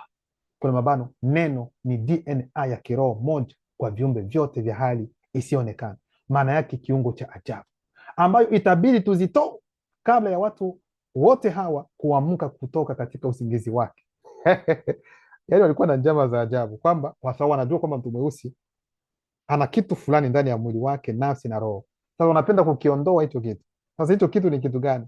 Yaani ni DNA ya mtu mweusi ambayo ni neno la lugha tete ambalo limewekwa ndani ya mtu mweusi, ndio wanapenda kuondoa. Utaliondoa namna gani? Namna gani utaingia ndani ya DNA ya mtu mweusi ili uondoe mambo yao? Walijaribu kufanya hivyo, ndio maana utumwa ulitendeka. Utumwa ulitendeka katika lengo la kuhakikisha kwamba unaweka mtu mweusi katika utumwa, na wajaribu kuondoa kile ambacho mtu mweusi anacho. Mwelewe hilo. Zamani mtu mweusi, ukiangalia historia, yani akisubutu, kwa mfano mwanaume mweusi anamtazama mwanamke mzungu mweusi, mzungu kwenye macho, na wakaona huyu mweusi imeisha kwake, anaangamizwa kabisa. ilikuwa hapo zamani tayari. Walipoona kwamba hawawezi kuwatokomeza watu weusi, walifanya namna gani? Basi wakaamua kwamba wazaani watu weusi waanze kuzaana, wachange sasa mixed, kwa sababu ili kwamba wachukue kile kitu ambacho ni cha mtu mweusi. Ndivyo wanavyofikiri kwamba wataweza, na hilo haliwezekani, kwamba wachukue nishati ya mtu mweusi. Nishati iko ndani ya DNA, utaichukua namna gani bwana? Na ndio maana tunaposema kwamba ndoa kati ya mzungu na mweusi hiyo ni haramu, haitakiwi. Walio wengi wanafikiri kwamba nyinyi ni wabaguzi. Hapana, huu ndio utaratibu. Mzungu anatakiwa kuolewa na mzungu, mweusi aolewe, aweza aoe mzungu, aoe mweusi, kumradhi, mzungu kwa mzungu, weusi kwa weusi, damu mchanganyiko kwa damu mchanganyiko, albino kwa albino. Huu ni utaratibu ambao upo. Mkifanya hivyo, mnaingia katika kosa, ni mseto tayari, tena mseto ambao upo tena unaongeza mseto mwingine juu, na hilo ni kosa, haitakiwi. Unaona ndugu zangu? Kwa hiyo nyote ambao mko na wazungu ambao angalia ujanja, angalia gisi historia hii ambayo inaendelea hapa, mambo ya kuaibisha, mambo ambayo yanaumiza watu. Mzungu ametoka huko, amekuja, anaanza kutembea na wanawake. Sasa hivi historia zimetoka kwamba wanawake wote wamekuwa na ukimwi. Hivi mnatumia akili kabisa?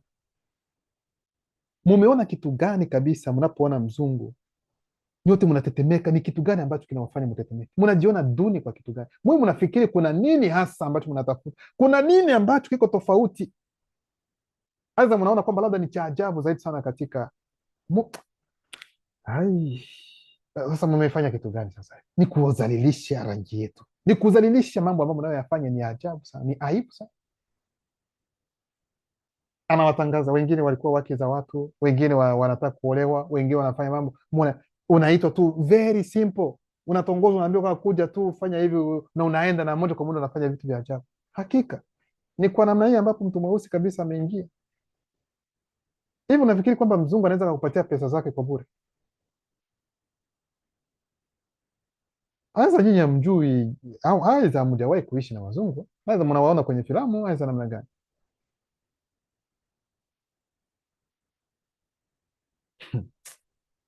Sasa wengine wanajinyonga baada ya kuigundua. Sasa maisha mnayapeleka wapi? Wengine yani wanapoona tu rangi tofauti wote wamesha kuwa hivi. No, tambua utambulisho wako, wewe ni nani.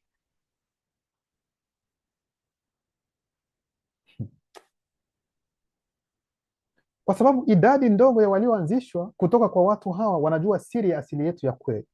Baada ya kupanda mkanganyiko na shaka katika imani zao, hawatakuwa na ulinzi tena kutoka kwa kiongozi wao, kuna mabano, ambaye ni mutatedi, roho aliyetumwa na neno la lugha.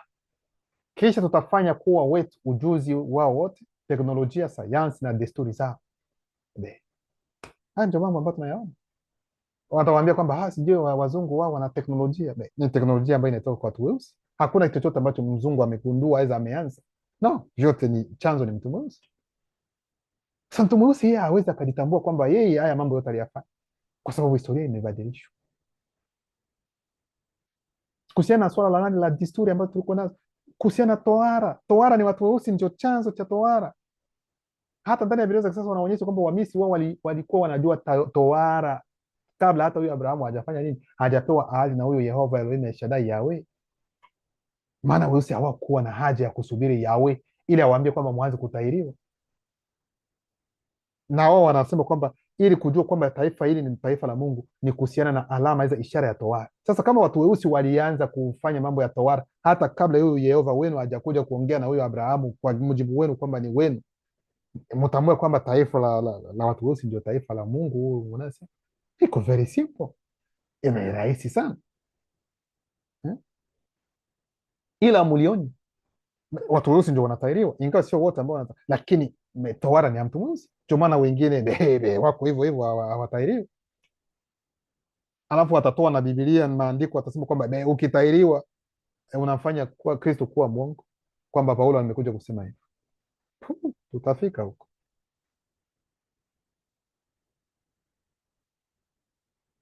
Kuanzia wakati huo wazao wetu watawajia na watatumia udanganyifu, nguvu, uhuni na haiba. Ndivyo walivyofanya. Sasa ndio hiki watatoa ardhi, nyumba, falme na urithi.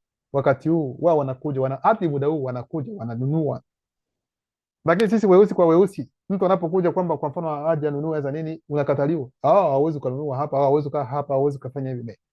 Wengine ambao si warisi wa hii, wao wanapata urahisi tu, wanatulia, alafu wanaishi kwa raha, wanatulia, wako very yani, wanatulia, wana wasiwasi.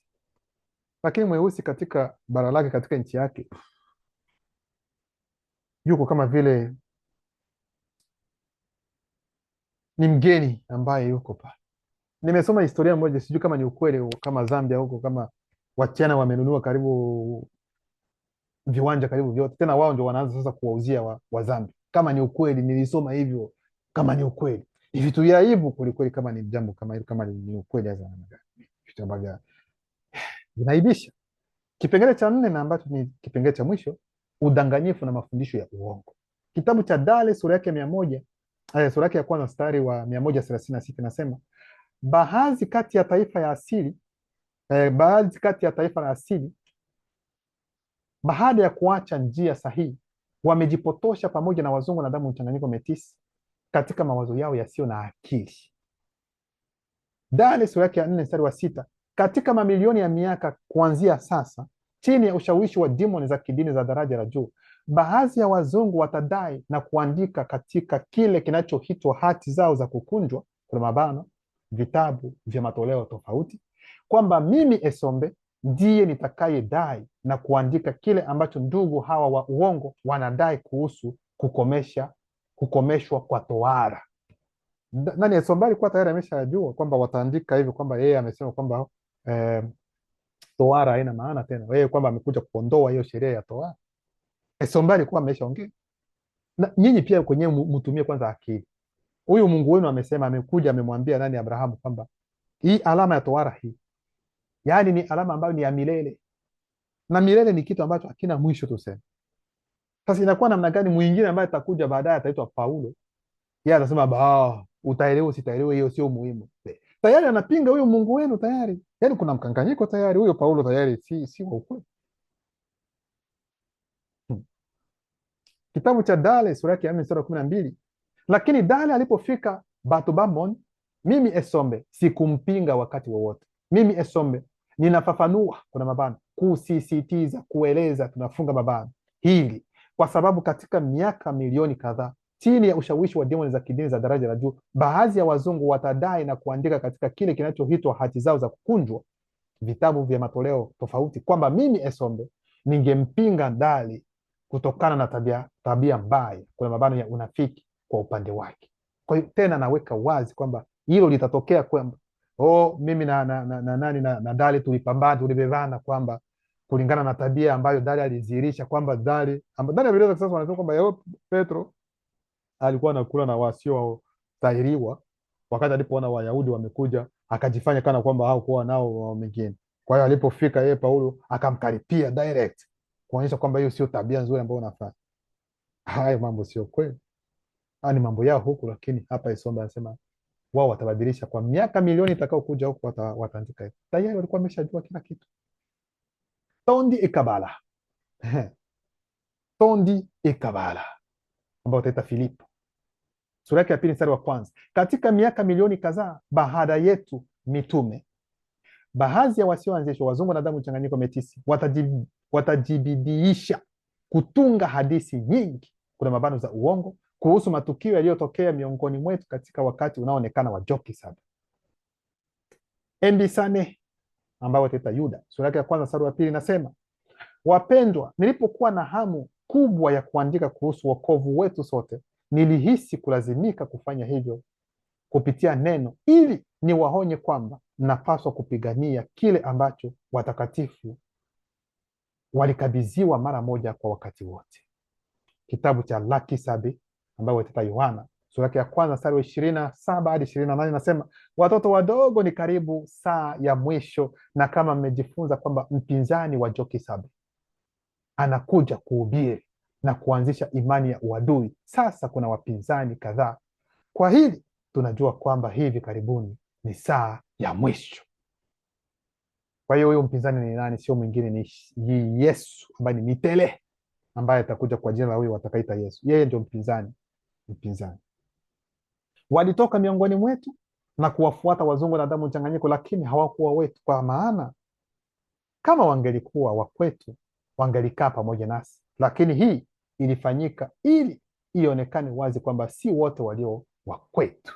Kwa hiyo ikiwa kuna watu ambao walikuwa ndani ya zizi, mfano katika ukweli, na mnaona kwamba wanaondoka, wanatoka katika ukweli, sio kwamba wao wanatoka kwa sababu walikuwa wa kwetu. Wao walikuwa si wetu, walikuwa katika lengo lingine ambalo liko tofauti kabisa. Maana ukweli hauna tatizo, hauna itilafu, yaani ni mtu mwenyewe na hali yake, na kile kilichomfanya aingie ndani ndicho kitakachofanya yeye atoke, kwa sababu katika ukweli hakuna unafiki. Ukija na hali yako ambayo unajifichaficha, lakini mwishowe itatoka tu na utaondoka wewe mwenyewe bila kusukumwa, bila kufukuzwa na mtu. Kitabu cha Lakisabee sura yake ya kwanza mstari wa 34 hadi 35 nasema, nimewaandikia mambo haya kuhusu wale wanaowapotosha kwa ajili yenu upako chini ya mtazamo wa kutoboa wa roho wa upako mliopokea kama neno udumu ndani yenu, na hamuhitaji wasioanzishwa wazungu na damu mchanganyiko metisi kuwaeleza kuhusu tite. Hamuhitaji. Kwa hiyo hao watu wanaojiita wachungaji, manabii, mitume, bishop, wote hao wanafanya ni business kwa jina la hilo huyu wanaita Yesu. Ni business. Hakuna kitu ambacho watawapatia kwamba wokovu. No. Usipokubali haya mambo ambayo tunayaongea hapa na bila kuyatii haya ambayo tunayaongea, sahau wokovu. Ni hadithi kwako, nakwambia utapita kwenye hukumu. Hiyo ndio siri. Bado ungali katika ufahamu huu, unaweza ukaona kwamba labda ni njaa, lakini ukweli uko hapa. Ondokeni katika hizo dini, ondokeni katika hizo imani ambazo zitawaangamiza. Kujeni katika ukweli. Ukweli ndio huu. Msiogope, msio na wasiwasi. Jifunze, muangalie. Kuna maandiko mbalimbali, angalieni kile ambacho tunakiongea sisi na mlinganishi.